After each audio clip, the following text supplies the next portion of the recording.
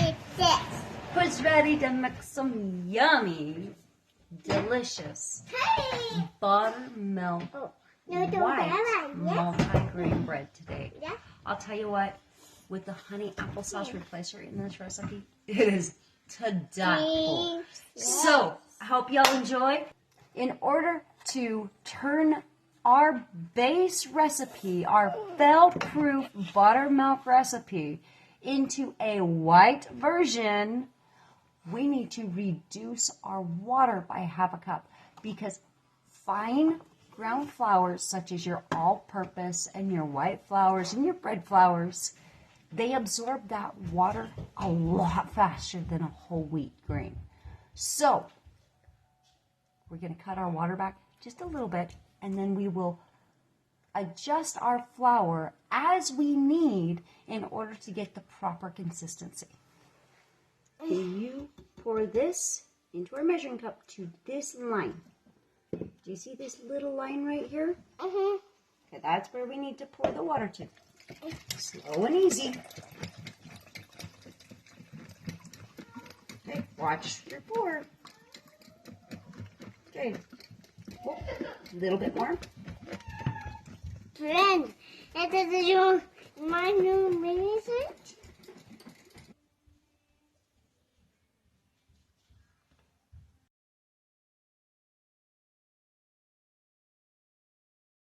Turn our pan on low.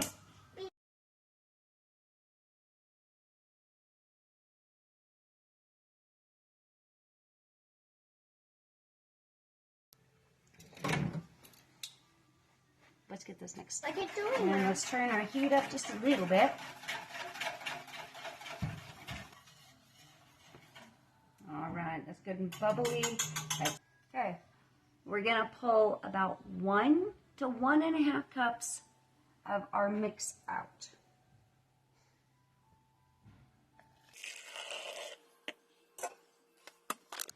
Now, when you're doing a yeast starter, yes, technically you can skip the yeast starter step, but by making sure you do it every time, y'all, it ensures that you know that your yeast is healthy. Yeast, even brand new from the store, is not always healthy.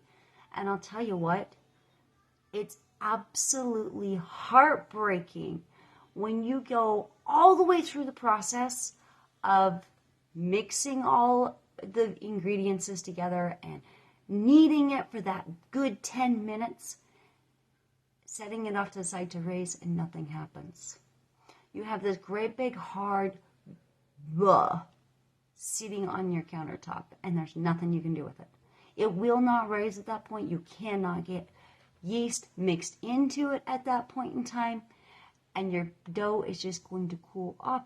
It's unusable. And I'll tell you what, that's heartbreaking when that happens.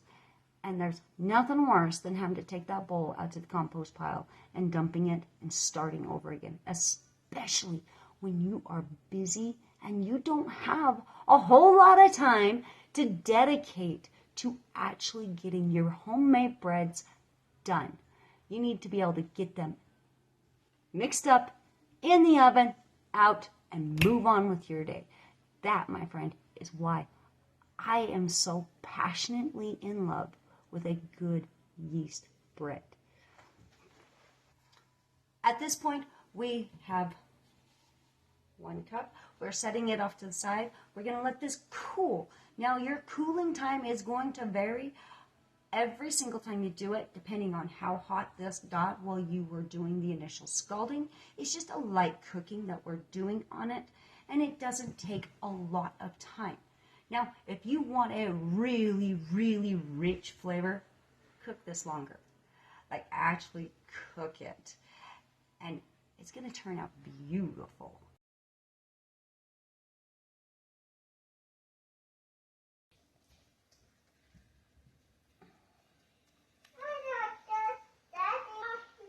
Whew.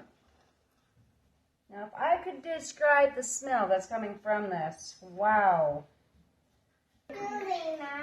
I've got to get this done. Thank you, Mom. Thank you. I'm going to get my apron on. Dad. Yes. I just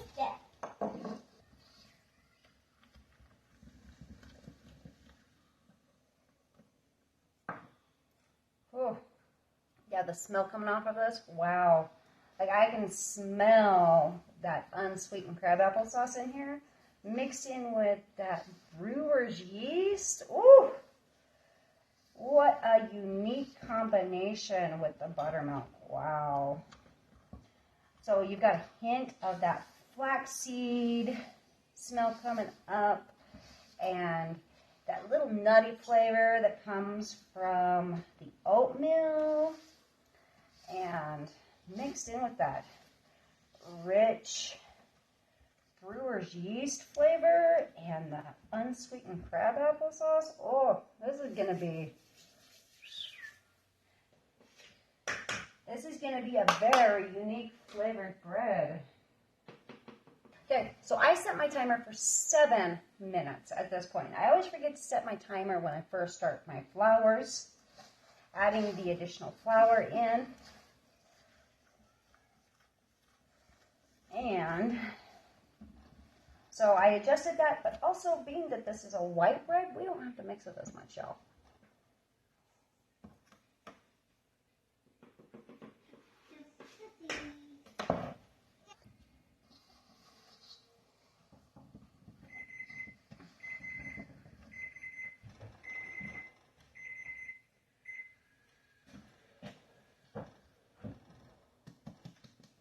Did I do it too? Okay, so our timer just went off, but this is still just a little too sticky, so we're going to keep working it. I'm helping you. I can't help you. I want to help you. Okay, here, I need to turn the bowl though. Me too. Here, do you want to turn the bowl for me? Yes. This, okay, stop. Mommy. Okay, turn, Mommy. turn, Mommy. turn. Just keep turning. Mommy. Yes. And we mud up too. You want to help turn the bowl?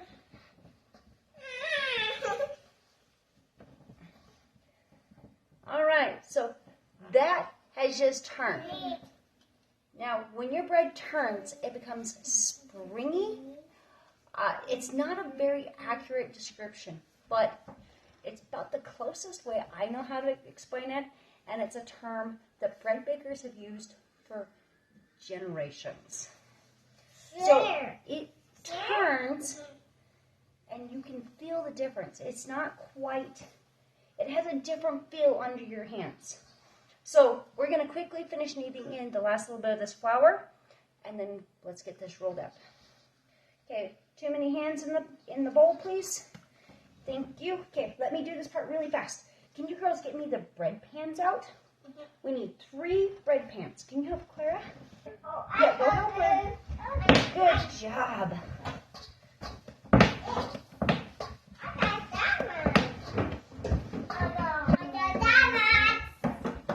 Good job.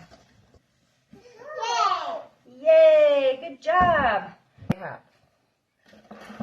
Okay, wash fingers.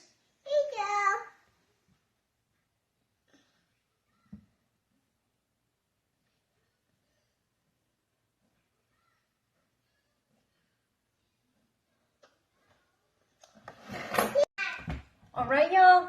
The bread's done. Let's get it out. Okay. Our wraps. Just in case, these are just cookie cooling racks. I like these ones. They're a slightly higher quality. I don't know what brand they are. I've had them for years. But I love how they have the legs. We can actually stack these up. And depending on the bread that I'm making, I can even use a stack system to cool them. So, it's awesome. So I can move further down, further without their legs up. I love them.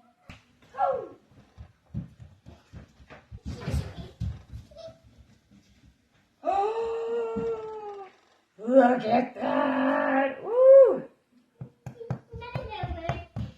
There's that good crust that we want.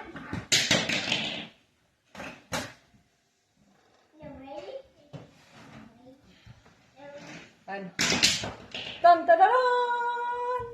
Oh, so good. So Yummy.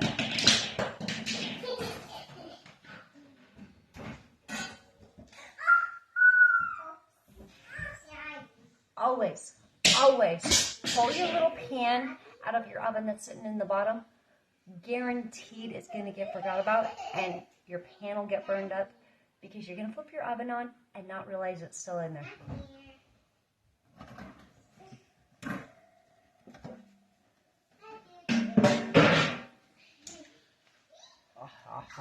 Look at that. So good.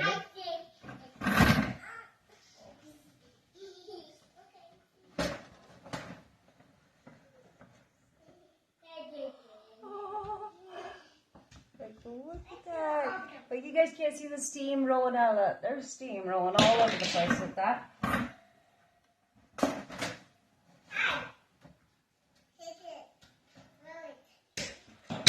And I know some people that are absolutely going to love this.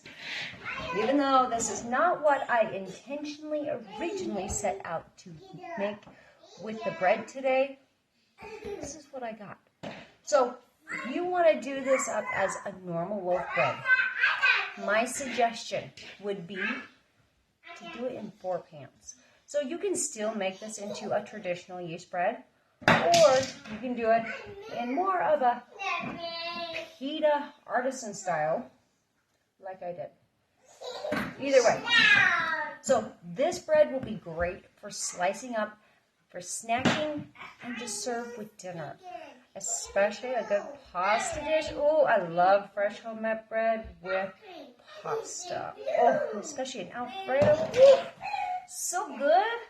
So, if you want to do this as a traditional loaf, try doing it in 4 because there was way too much dough to just fit in 3. And I decided, hey, you know what? Let's just have some fun and let's do something a little bit different. So, this is what we did. All right. If you enjoy these trainings, make sure you let me know. If you have questions, send me a DM.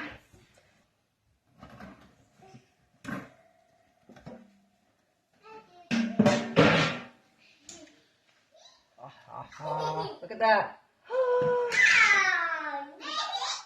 So good.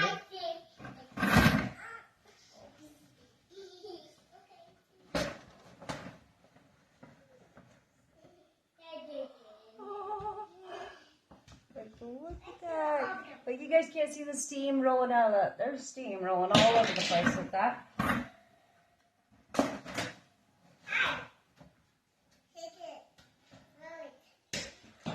And I know some people that are absolutely going to love this.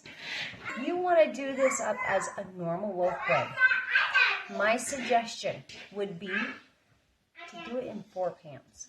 So you can still make this into a traditional yeast bread, or you can do it in more of a pita artisan style, like I did. Either way. So this bread will be great for slicing up, for snacking, and to serve with dinner. If you enjoy these trainings, make sure you let me know. If you have questions, send me a DM so you can access the group. Be in there with individuals, like-minded, going through the steps and the motions just like you, and learning how to do this side by side with you, and ask all of your questions, have access to trainings, and so much more. So, my friend, I really hope that you'll join me, and if you think this sounds awesome, seriously, share the word out to fellow bakers that you believe might find value or be interested in learning